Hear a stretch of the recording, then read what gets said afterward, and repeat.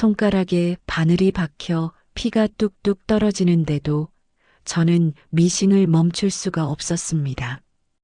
동생들이 오늘 저녁을 굶을까 봐서였습니다. 15살 저는 그렇게 엄마가 되어야 했습니다. 지금 제 손등에는 검버섯이 가득합니다.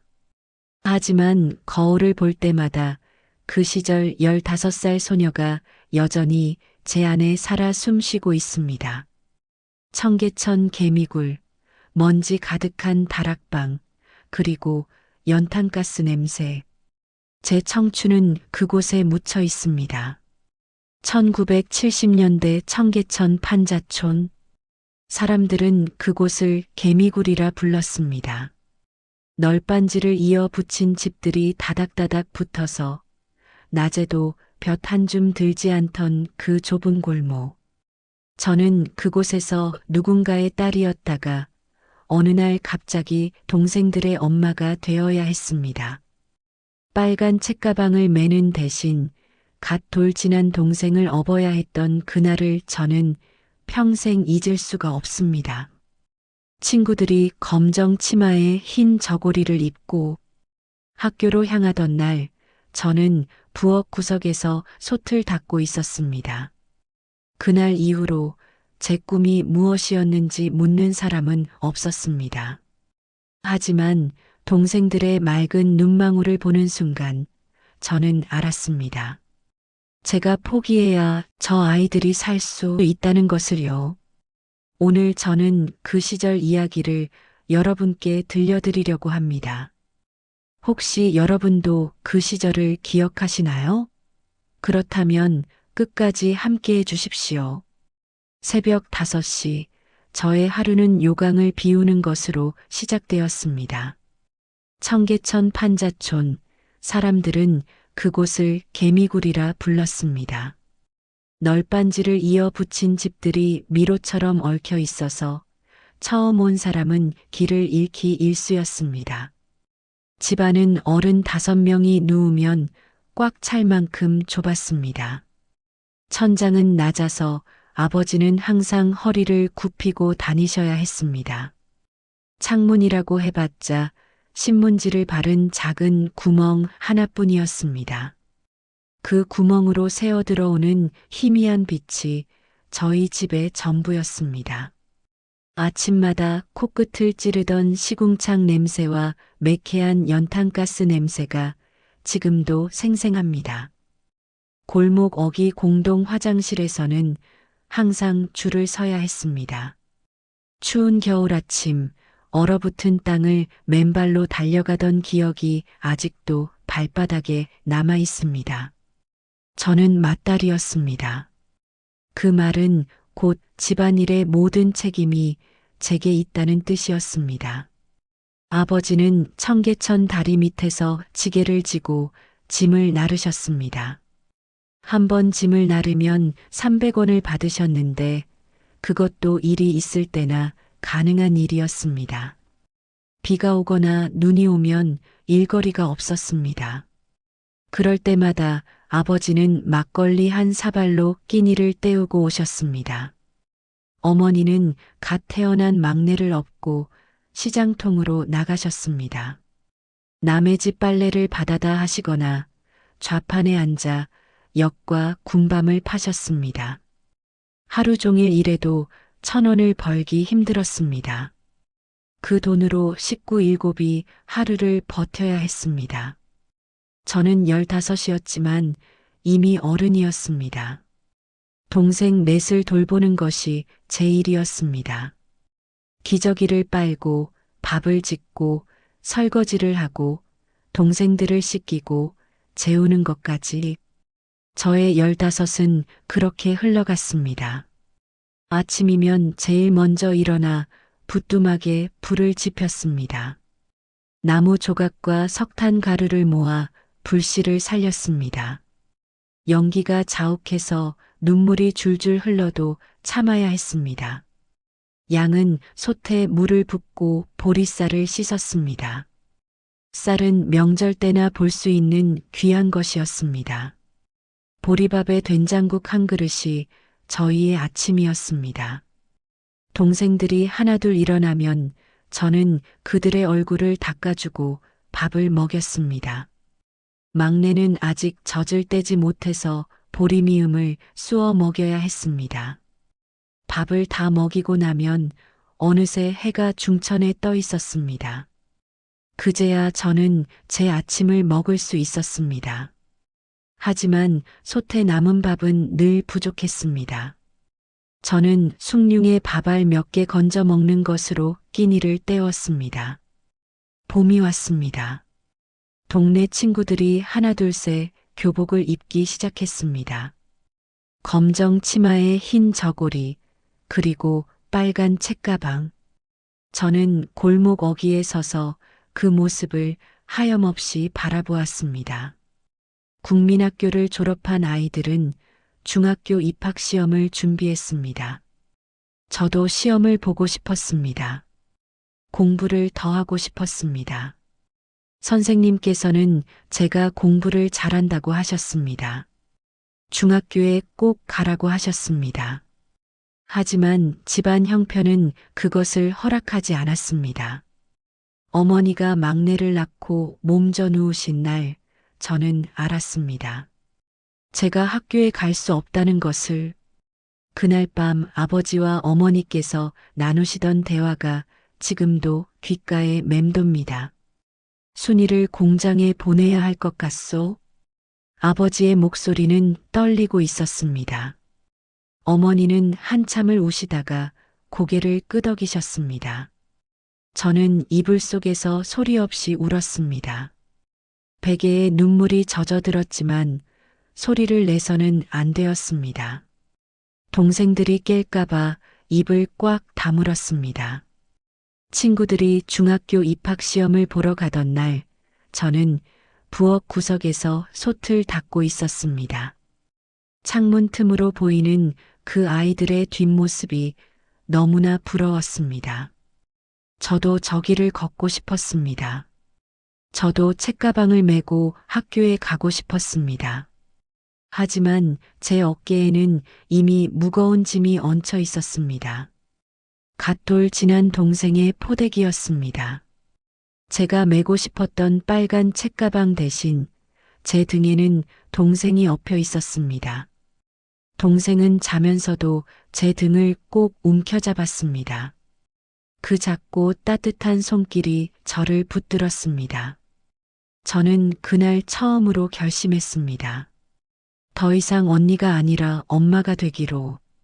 제 꿈은 포기하더라도 동생들만큼은 굶기지 않겠다고.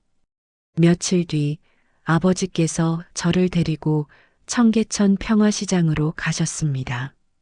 좁은 골목 사이로 미싱 소리가 요란하게 들려왔습니다. 아버지는 아는 분을 통해 저를 한 공장에 소개해 주셨습니다. 사장님은 저를 위아래로 훑어보시더니 고개를 끄덕이셨습니다. 내일부터 나와. 한 달에 3,000원 줄게. 그것이 저의 첫 월급이었습니다. 집으로 돌아오는 길, 아버지는 한마디도 하지 않으셨습니다. 아버지의 구부정한 등이 유난히 작아 보였습니다. 저는 아버지의 손을 꼭 잡았습니다. 괜찮아요, 아버지. 제가 열심히 일할게요. 아버지는 저를 한번 돌아보시더니 고개를 돌리셨습니다. 하지만 저는 보았습니다. 아버지의 눈가에 맺힌 눈물을. 그날 밤 저는 제 교과서를 모두 태웠습니다. 부뚜막 불 속에서 책들이 타들어갔습니다. 까만 재가 되어 하늘로 날아갔습니다. 저의 꿈도 그렇게 재가 되어 사라졌습니다. 다음 날부터 저는 소공녀가 되었습니다. 소공녀란 미싱시다를 부르는 말이었습니다. 새벽 6시에 집을 나서 밤 11시에 돌아오는 생활이 시작되었습니다. 평화시장 2층 다락방, 그곳이 제 일터였습니다. 환기창 하나 없는 좁은 공간에 미싱이 20대나 빽빽하게 들어차 있었습니다. 천장이 낮아서 고개를 들 수도 없었습니다. 먼지가 자욱했습니다. 원단을 자르고 박음질을 할 때마다 섬유가루가 날렸습니다. 하루 종일 그 먼지를 마시며 일했습니다. 저녁이면 입안이 텁텁하고 목이 따가웠습니다. 기침이 멈추지 않았습니다. 선배 언니가 타이맥을 건네주었습니다. 이거 먹어. 결핵 안 걸리려면. 설탕물에 하얀 가루를 타 마셨습니다. 쓰디쓴 맛이 목구멍을 타고 내려갔습니다. 일은 생각보다 훨씬 힘들었습니다. 아침부터 저녁까지 쉴 틈 없이 미싱을 돌렸습니다. 손놀림이 느리면 사장님께 혼이 났습니다. 빨리빨리 해. 손님 기다려. 사장님의 호통 소리가 다락방 안을 울렸습니다. 처음에는 바늘에 손가락이 자주 찔렸습니다. 피가 나도 멈출 수 없었습니다. 원단에 피가 묻으면 또 혼이 났으니까요. 손수건으로 피를 닦아내고 다시 미싱을 돌렸습니다. 한 달이 지나자 손가락에 굳은 살이 박혔습니다. 손톱 밑에는 때가 깊이 박혀 아무리 씻어도 빠지지 않았습니다. 점심시간은 30분이었습니다. 도시락을 싸올 형편이 안 되는 저는 국밥 한 그릇으로 때웠습니다. 200원짜리 국밥이었습니다. 국물만 잔뜩 있고 건더기는 거의 없었습니다. 그래도 감사했습니다. 따뜻한 밥을 먹을 수 있다는 것이. 저녁 8시가 넘어도 일은 끝나지 않았습니다. 물량이 밀리면 밤새 일해야 했습니다. 잔업을 하면 추가로 돈을 받을 수 있었습니다. 저는 손을 번쩍 들었습니다. 저 잔업할게요. 다른 언니들은 지쳐서 집에 가고 싶어 했지만 저는 달랐습니다. 조금이라도 더 벌어야 했습니다. 동생들의 보리밥을 위해서 밤 11시 어두운 골목길을 혼자 걸어 집으로 돌아갔습니다. 무서웠지만 참았습니다. 술 취한 사람들이 비틀거리며 지나갈 때면 숨을 죽이고 벽에 붙어 있었습니다. 집에 도착하면 온 식구가 이미 잠들어 있었습니다. 저는 조용히 방문을 열고 들어가 동생들 옆에 누웠습니다. 막내가 자면서 제 팔을 꼭 껴안았습니다. 그 작은 온기가 하루의 피로를 잊게 해주었습니다. 공장에서 돌아온 밤은 늘 고요했습니다. 집안에는 온기 하나 없었습니다. 연탄불이 꺼져가는 화로만 희미하게 빛을 내고 있었습니다. 저는 부뚜막으로 가서 양은 솥 뚜껑을 열었습니다. 반기는 것은 차갑게 식어버린 꽁보리밥 뿐이었습니다. 딱딱하게 굳은 밥알이 솥바닥에 달라붙어 있었습니다. 숟가락으로 긁어내려면 한참이 걸렸습니다. 어머니께서 저를 위해 남겨두신 밥이었습니다. 하지만 그마저도 넉넉하지 않았습니다. 저는 주전자에 물을 끓여 숭늉을 만들었습니다.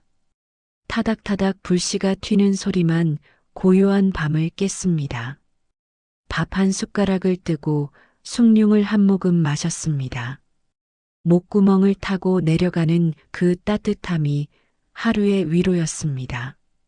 어느 날 밤 집에 돌아왔을 때 동생들이 아직 깨어 있었습니다. 배고파. 막내가 울먹이며 말했습니다. 저녁을 먹었는데도 배가 고프다는 것이었습니다. 양은 솥을 열어보니 밥이 거의 남아있지 않았습니다. 저는 제 몫의 밥을 동생들 그릇에 나누어 담았습니다. 누나는 배불러. 너희들 다 먹어. 그 거짓말이 얼마나 자연스럽게 나왔는지 모릅니다. 동생들은 밥을 우걱우걱 먹어치웠습니다. 저는 그 모습을 지켜보며 빈 그릇에 숭늉만 가득 부어 마셨습니다. 물로 배를 채우는 법을 그렇게 배웠습니다. 그날 밤 잠자리에 누웠을 때 배에서 꼬르륵 소리가 났습니다. 동생들이 깰까봐 배를 꽉 움켜쥐었습니다. 배고픈 것은 참을 수 있었습니다. 하지만 동생들이 배고파하는 것은 참을 수 없었습니다. 그것이 제 첫 번째 모성이었습니다. 어머니가 제게 가르쳐 주신 것은 아니었습니다. 저절로 알게 된 것이었습니다. 어른이 된다는 것은 이런 것이구나. 내 배고픔보다 남의 배고픔이 더 아픈 것이구나. 월급날이 되면 저는 봉투를 받아 집으로 달려갔습니다. 3,000원짜리 지폐 서너 장이 든 얇은 봉투였습니다. 하지만 그것이 저희 집의 희망이었습니다. 어머니는 돈을 받아들고 한참을 말없이 서 계셨습니다. 그러다 저를 꼭 껴안으셨습니다. 고맙다, 우리 순이. 어머니의 목소리가 떨렸습니다. 저는 어머니 품에서 처음으로 제가 자랑스러웠습니다. 비록 학교는 못 갔지만 저도 이 집의 보탬이 되고 있다는 것이. 그날 저녁 밥상에는 오랜만에 김치찌개가 올라왔습니다. 돼지고기 몇 점이 들어간 김치찌개였습니다. 동생들은 환호성을 질렀습니다. 고기다, 고기. 저는 고기는 건드리지도 않고 국물만 떠먹었습니다. 동생들이 실컷 먹기를 바랐습니다. 제 몫의 고기까지 동생들 그릇에 슬쩍 옮겨 담았습니다. 동생들은 신이 나서 고기를 씹었습니다. 그 행복한 얼굴을 보는 것만으로도 저는 배가 불렀습니다. 밤마다 저는 동생들의 잠든 얼굴을 바라보았습니다. 이 아이들만큼은 제가 겪은 배고픔을 겪지 않게 해주고 싶었습니다. 이 아이들만큼은 학교에 보내주고 싶었습니다. 그것이 제 유일한 꿈이 되었습니다. 저의 15은 그렇게 지워지고 있었습니다. 하지만 그것이 슬프지만은 않았습니다. 누군가를 위해 제가 필요하다는 것, 그것만으로도 저는 견딜 수 있었습니다. 그해 겨울은 유난히 추웠습니다. 눈이 내리는 날이면 개미굴 골목은 꽁꽁 얼어붙었습니다. 얼음판 위를 걸어야 했기에 넘어지는 사람들이 많았습니다. 저도 몇 번이나 넘어져서 무릎에 멍이 들었습니다. 하지만 넘어지면 안 되었습니다. 다치면 공장에 나갈 수 없었으니까요. 일을 못하면 돈을 못 벌었습니다. 그것만은 절대 안 되는 일이었습니다. 어느 날 밤 집에 돌아왔을 때 방안이 얼음장처럼 차가웠습니다. 연탄불이 완전히 꺼져 있었습니다. 동생들이 이불 속에서 부들부들 떨고 있었습니다. 어머니께서 작은 목소리로 말씀하셨습니다. 연탄이 떨어졌다. 아버지는 벽을 보고 앉아 계셨습니다. 등이 더욱 굽어 보였습니다. 연탄 한 장을 살 돈이 없었던 것입니다. 1,000원이면 연탄 20장을 살 수 있었습니다. 하지만 그 1,000원조차 없었습니다. 막내가 기침을 했습니다. 콜록콜록 거리는 소리가 어둠 속에서 울렸습니다.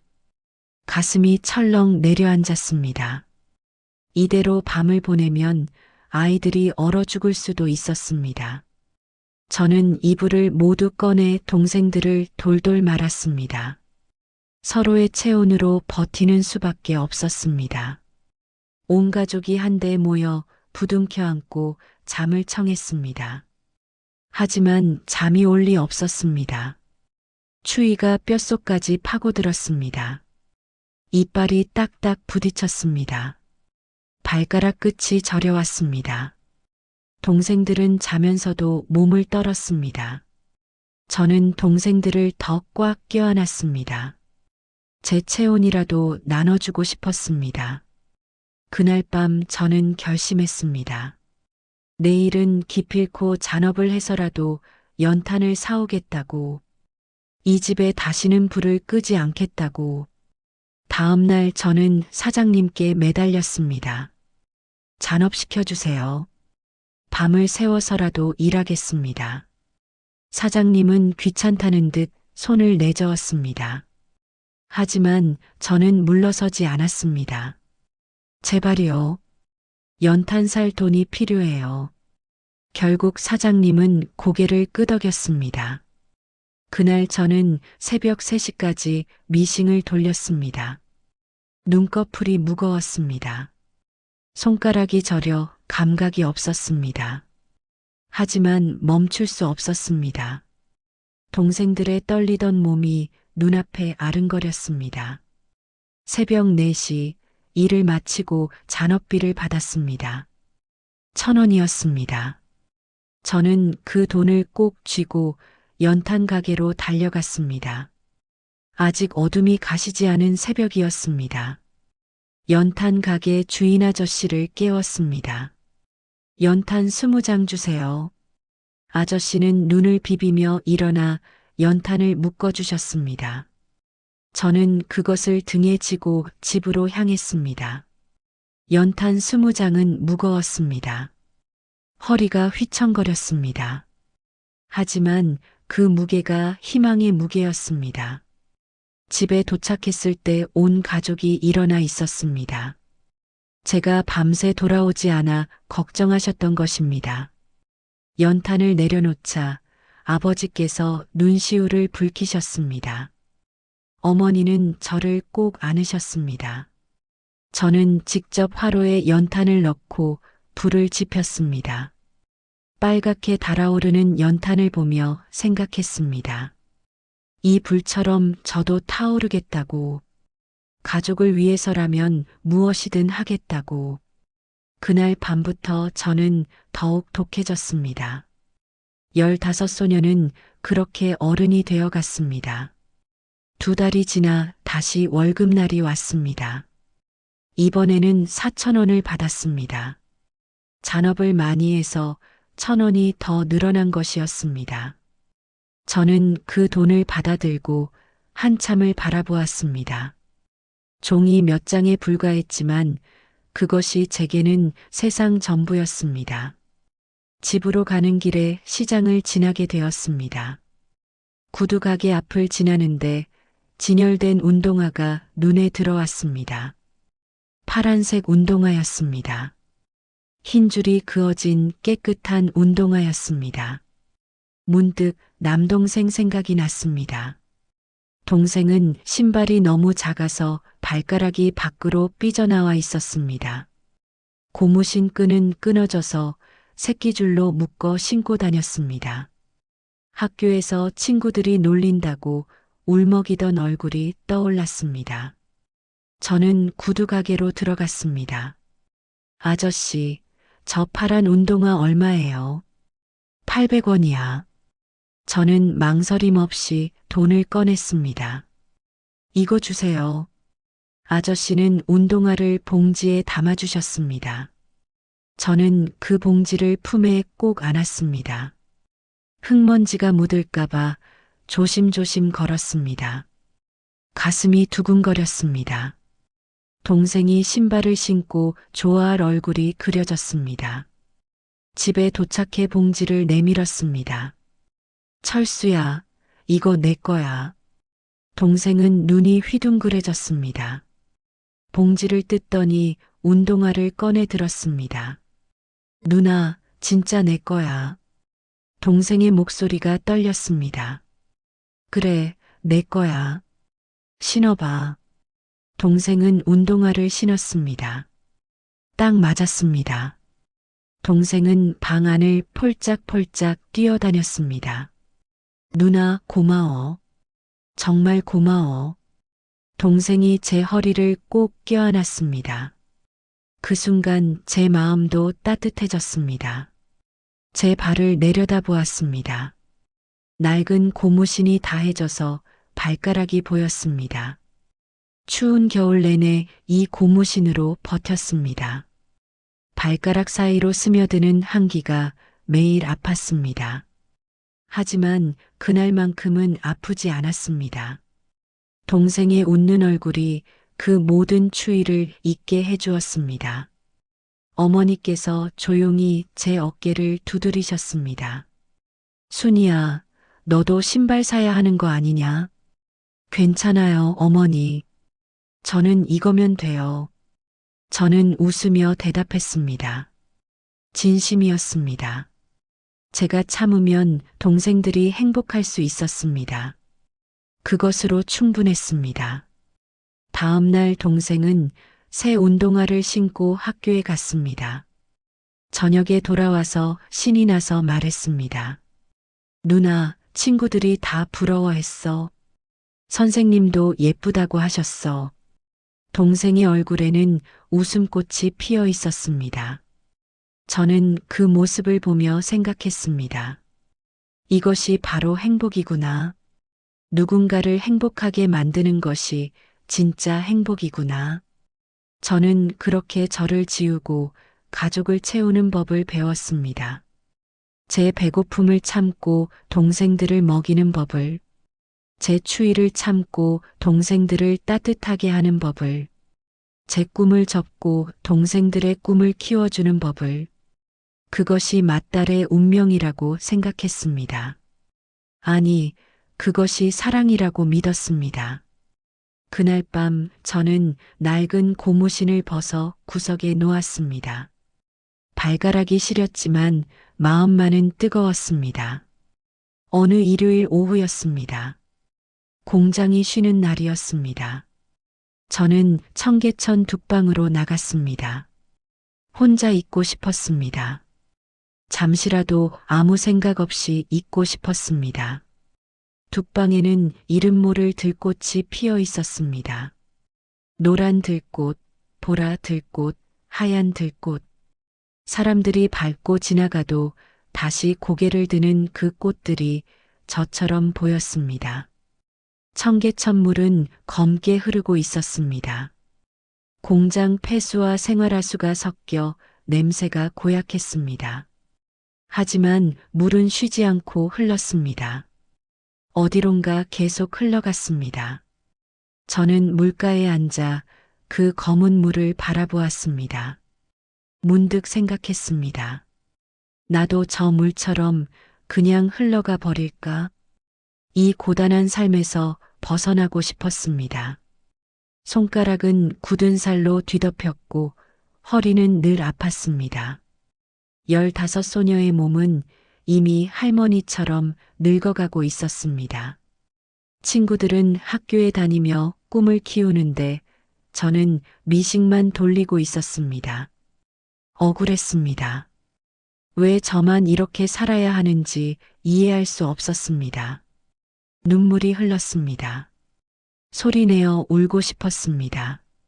하지만 울 수도 없었습니다. 동네 사람들이 볼까봐 입을 꼭 다물었습니다. 눈물만 주르르 흘렀습니다. 그때 등 뒤에서 소리가 들렸습니다. 누나. 돌아보니 남동생이 서 있었습니다. 제가 나간 것을 보고 따라온 것이었습니다. 누나, 왜 울어? 동생이 제 옆에 앉으며 물었습니다. 안 울어. 그냥 바람이 불어서. 저는 얼른 눈물을 닦았습니다. 동생은 제 손을 잡았습니다. 작고 따뜻한 손이었습니다. 누나, 고마워. 나 운동화 사줘서. 친구들이 다 부러워해. 동생의 말에 가슴이 뭉클했습니다. 동생은 계속 말했습니다. 누나, 나 커서 돈 많이 벌면 누나한테 신발 100켤레 사줄 거야. 예쁜 구두도 사주고 따뜻한 털신도 사줄 거야. 동생의 눈은 반짝였습니다. 저는 동생의 머리를 쓰다듬었습니다. 그래, 고마워. 문득 정신이 번쩍 들었습니다. 제가 무슨 생각을 하고 있었던 것인지, 이 아이들이 저를 기다리고 있는데 어떻게 포기할 수 있단 말입니까?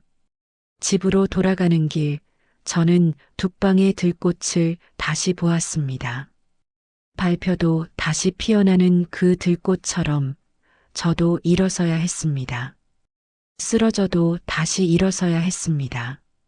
그것이 저의 운명이었습니다. 그것이 맏딸로 태어난 제가 짊어져야 할 십자가였습니다. 하지만 이제는 알았습니다. 그것이 짐만은 아니라는 것을, 누군가에게 필요한 사람이 된다는 것, 누군가의 희망이 된다는 것, 그것이 얼마나 귀한 일인지를, 지천에 널린 들꽃처럼 제 삶이 보잘것없어 보일지라도 저는 제자리에서 피어나는 꽃이 되기로 했습니다. 동생의 손을 꼭 잡고 집으로 향했습니다. 발걸음이 가벼웠습니다. 다시 살아갈 힘이 생겼습니다. 세월이 흘렀습니다. 어느덧 저는 머리가 하얗게 센 노인이 되었습니다. 손등에는 검버섯이 가득하고 허리는 더욱 굽었습니다. 거울 앞에 서면 낯선 사람이 보입니다. 주름투성이 얼굴, 거친 손, 구부정한 등. 이것이 정말 나인가 싶습니다. 하지만 가끔 거울 속에서 그 소녀가 보입니다. 15살 개미굴에서 살던 그 소녀. 미싱을 돌리며 눈물 흘리던 그 소녀. 동생들을 위해 제 꿈을 접었던 그 소녀. 저는 평생을 누군가의 엄마로 살았습니다. 누군가의 아내로 살았습니다. 누군가의 할머니로 살았습니다. 하지만 정작 저 자신으로 살았던 적은 없었습니다. 15에 빼앗긴 제 이름을 되찾지 못한 채 여기까지 왔습니다. 후회하느냐고 묻는다면 아니라고 대답하겠습니다. 제가 희생한 덕분에 동생들은 학교를 다닐 수 있었습니다. 동생들은 모두 대학까지 나와 제대로 된 직업을 가졌습니다. 그 아이들이 잘 사는 모습을 볼 때마다 뿌듯했습니다. 제 선택이 틀리지 않았다고 생각했습니다. 하지만 가끔은 생각합니다. 만약 제가 학교에 갔다면 어땠을까? 만약 제가 제 꿈을 쫓았다면 어떤 삶을 살았을까? 빨간 책가방을 메고 교실에 앉아 공부했다면, 친구들과 웃으며 운동장을 뛰어다녔다면, 저는 어떤 사람이 되었을까? 하지만 그것은 이미 지나간 일입니다. 돌이킬 수 없는 시간입니다. 며칠 전 청계천에 다녀왔습니다. 그곳은 너무나 많이 달라져 있었습니다. 개미굴은 사라지고 깨끗한 아파트가 들어섰습니다. 검은 물이 흐르던 청계천은 맑은 물이 흐르는 공원이 되었습니다. 둑방에 피었던 들꽃들은 보이지 않았습니다. 모든 것이 변했습니다. 하지만 바람이 불어올 때 저는 느낍니다. 그 시절의 냄새가 아직 남아있다는 것을. 연탄가스 냄새, 시궁창 냄새, 그리고 먼지 가득한 원단 냄새. 제 청춘이 묻혀있는 그 냄새들이 아직도 바람에 실려옵니다. 오늘 저는 거울 속 그 소녀에게 말하고 싶습니다. 고생했다고. 정말 장했다고. 15 나이에 너무 무거운 짐을 짊어졌지만 끝까지 버텨냈다고. 내가 흘린 눈물이 헛되지 않았다고. 내 희생이 많은 사람들을 살렸다고. 그리고 이 땅의 모든 맏딸에게도 전하고 싶습니다. 여러분도 고생 많으셨습니다. 여러분의 희생 덕분에 가족이 있고 이 나라가 있습니다. 이제는 여러분 자신을 돌아볼 시간입니다. 평생 남을 위해 살았으니 이제는 당신을 위해 사십시오. 청계천 둑방에 피었던 들꽃처럼 발표도 다시 일어선 우리는 강한 사람들입니다.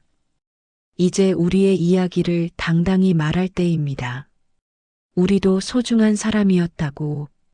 우리도 꿈이 있었다고. 우리도 사랑받을 자격이 있다고. 거울 앞에서 저는 그 소녀에게 마지막으로 말합니다. 사랑한다고. 미안하다고. 그리고 고맙다고.